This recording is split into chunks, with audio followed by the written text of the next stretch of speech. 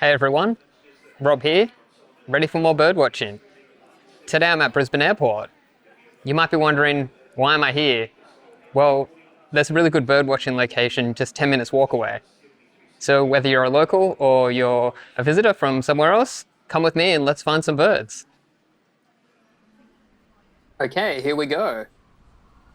I've just walked out of the international terminal.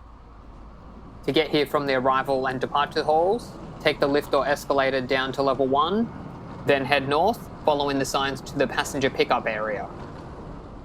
We're walking towards the passenger pickup area now. The path we'll be taking is mostly paved, so for basic bird watching, you'll be able to bring your luggage with you. If you want to fully explore this area, there are some off-track sections, so you might want to check out some luggage storage options at the airport. You'll still be able to see a decent number of birds from the main track regardless. The platform just up there is the train line. Keep in mind that international and domestic terminals are separate. If you're at the domestic terminal, it's a several-minute trip here via the train.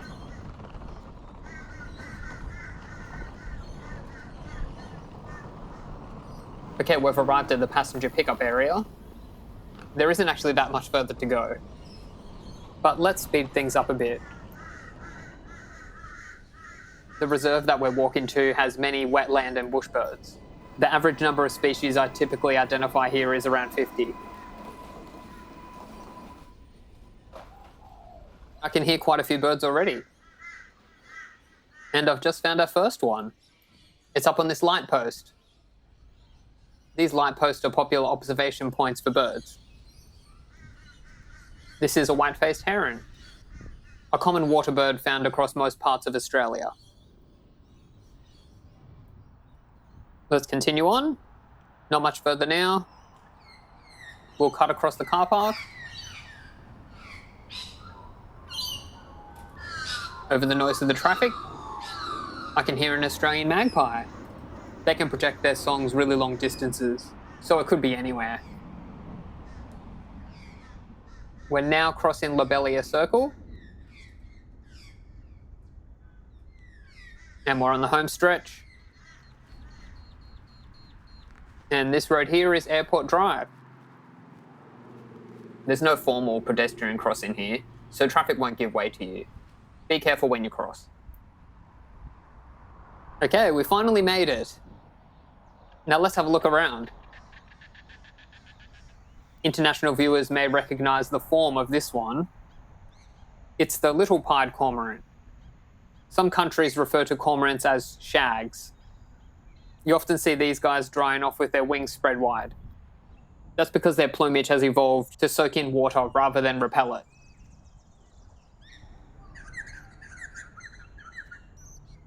This next species is often misidentified. It's the great egret. We have 4 similar white heron-shaped species in our region. Learning to differentiate them really requires its own video. Maybe sometime in the future. Whoa. At times like this, I find it difficult to keep the camera still. This is a Nankeen Night-heron, and they're rarely out in the open like this. As the name suggests, they mostly forage at night. They usually hide in dense foliage during the day. This is one of those birds where I'd be walking past someone and they'd say, "Oh, did you see the Nankeen Night-heron?" And then I'd be like, "Where is it?" Then we'd spend the next 10 minutes trying to find it through the layers of mangroves. Okay, we're off to a great start. Let's keep moving. Can you hear that racket above us? Here we have the antics of some rainbow lorikeets. Oh, hard to pin down. Here's a parent feeding its chick. Rainbow lorikeets feed primarily on nectar.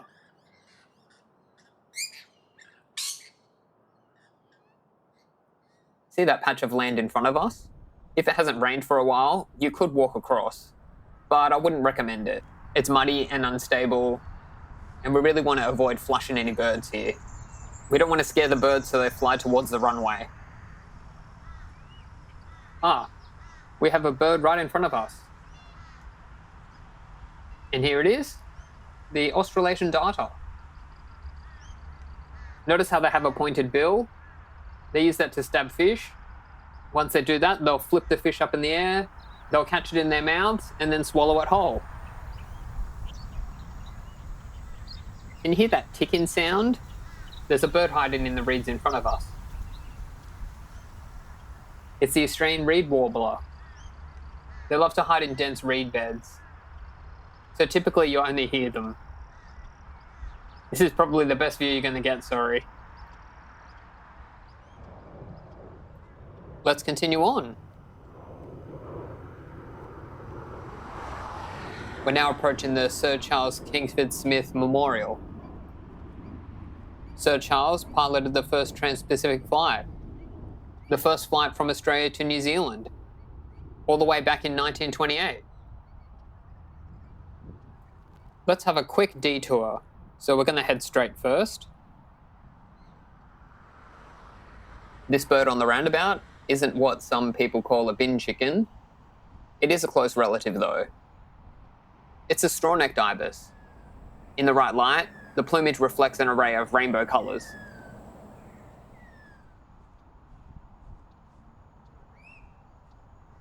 For those who are driving here, this is the Memorial car park.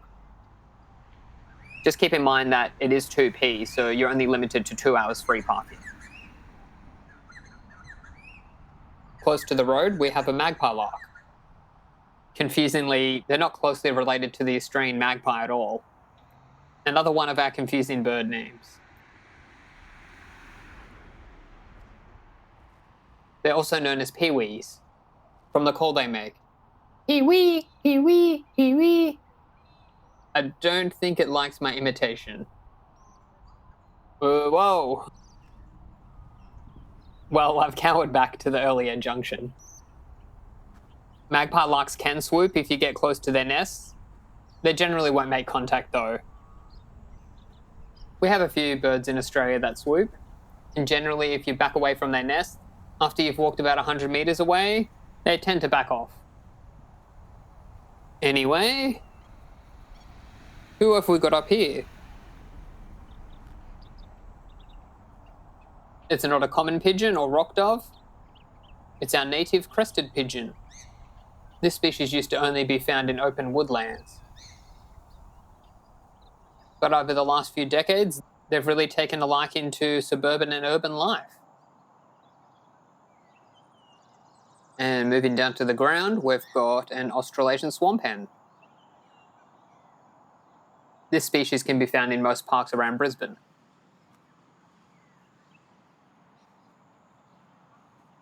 The traffic looks to be backing up, but I'm not too interested in the traffic. Here's another egret. This one's a little egret. As per the name, they're much smaller. It looks like it's trying to get away.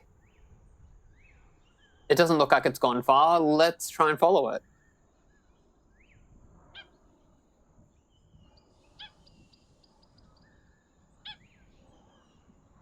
Here we go. This worked out really well.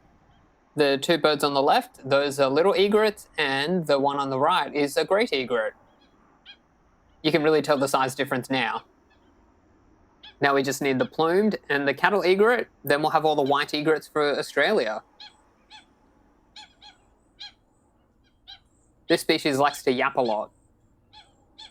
It's the pied still. The back of the neck on adults are black, like the bird at the back. In young birds, their neck's white, and they've got a bit of black around their eye, like the one on the right. A black scarf, a red eye ring, and smaller than the length of a toothbrush. Here we have the black-fronted Dottrel. You often see them darting back and forth, grabbing insects off the surface of the water or mud. I love how they bob their heads. It's unclear why they do this, but it's believed they might do this to improve depth perception. In other words, seeing predators and prey from multiple angles, so they can better detect movement. This small pond has quite a few birds in it. Here's one of Australia's biggest, the Australian pelican. The pouch attached to their bill can hold up to 13 litres. Okay, let's explore this wetland a bit more. If you're carrying luggage, you might want to hide it in this dry section on the right. If it's rained in the last few days, this next section can be a bit damp. We met the straw-necked ibis earlier. Now here's the Australian white ibis. Those long curved beaks are used to probe the mud to find insects and crustaceans. And in urban environments, you might have heard that they also use them to get scraps out of the bin. Hence one of the local names, bin chicken.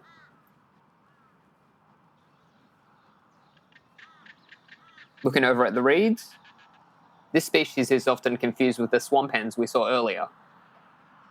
Here's two dusky moorhens. Moorhens have a yellow tip on their bill, whereas swamp hens have vivid blue plumage. Okay, we're having a huge waterbird day today. I'm sure we can get more.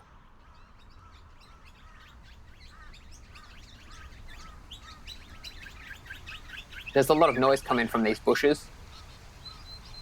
And here's the source. This is an acrobatic noisy miner. I'm guessing it's looking for lerp. Lerp is a substance that insects called phyllids generate to protect themselves. It's a starchy coating. The noisy miners love it.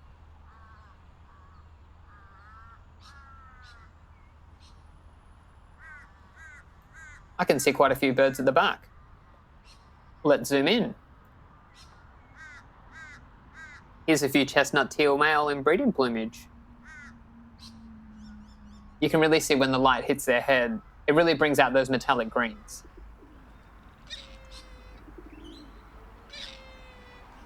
Can you see that head bobbing?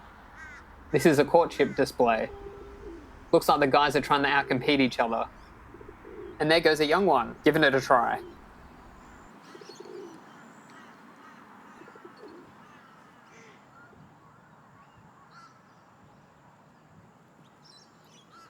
Next up is the Eurasian coot. I like their red eyes. They don't often go on land, but if you do see them, check out their feet. They're really unusual, but they help them with swimming.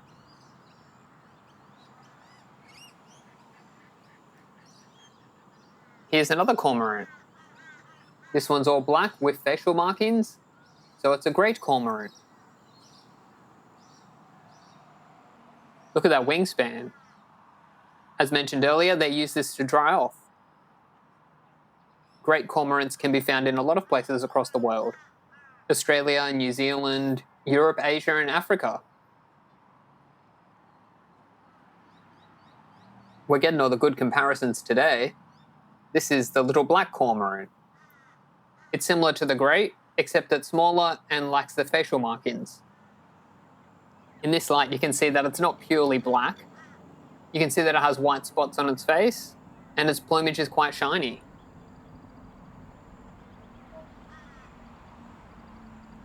Okay, I hope you haven't had waterbird overload. Let's go check out some different types of species.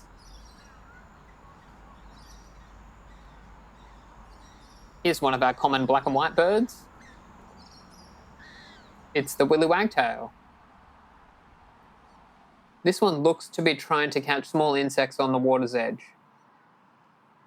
Though from here it does look like it's trying to attack its own reflection. You'll sometimes hear willy wagtails singing at night, especially when it's a full moon. Sweet pretty creature.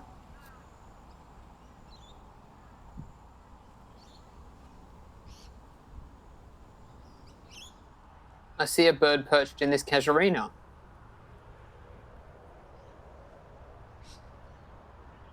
Up here is the grey butcherbird. We have another similar looking species in this region, the pied butcherbird, but that one has a black bib around its neck. Are you going to sing for us? Maybe it's camera shy. If you're going to visit this site, just know that the layout can change.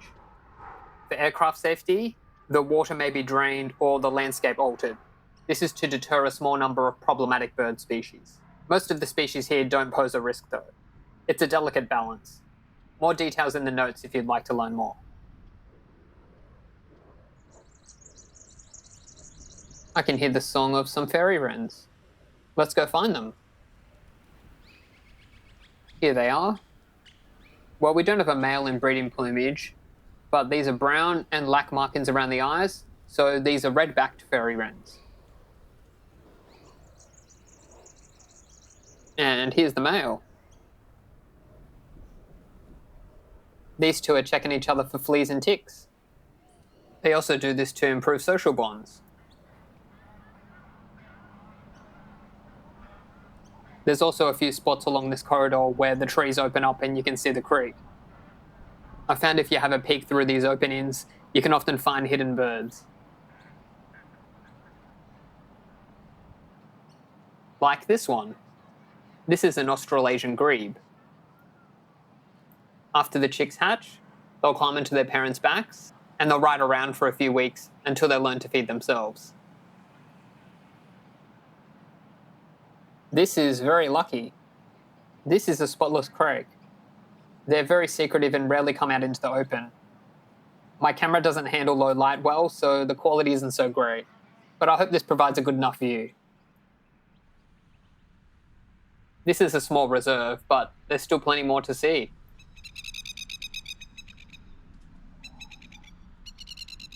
That's the call of the masked lapwing. There's often a few birds in this creek opening. Here we have a lone black swan. I find it funny how they stick out a leg whilst cleaning themselves. This species spends a lot of time grooming itself. I suppose it's necessary with all those feathers.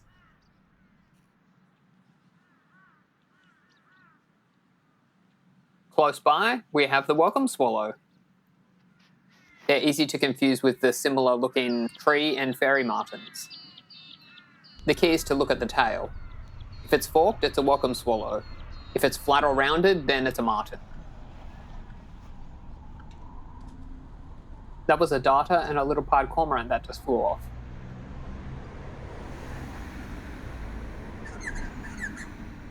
More light posts. Let's try the same trick we used before. This time it's a Tahitian crow. Common, but still cool.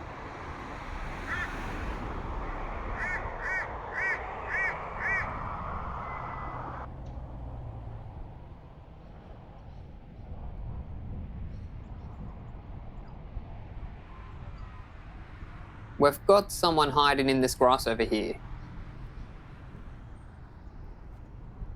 I think this royal spoonbill might be lost.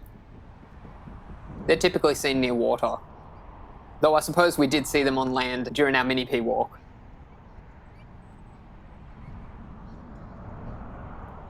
This open grass section and the area just behind the fence is great for finches and fairywrens. Although the other side of the fence is no access, we can still look through. But you also want to pay attention to the sky. I've seen a few birds of prey here, swamp harrier, black-shouldered kite, and speak of the devil, here's a whistling kite. They get their name from their call. That's the one.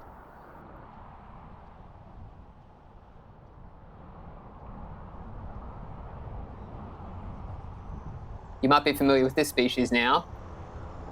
It's one of the favourites, the superb Fairywren. It's a bit far, but I'll see if I can get closer. Here we go.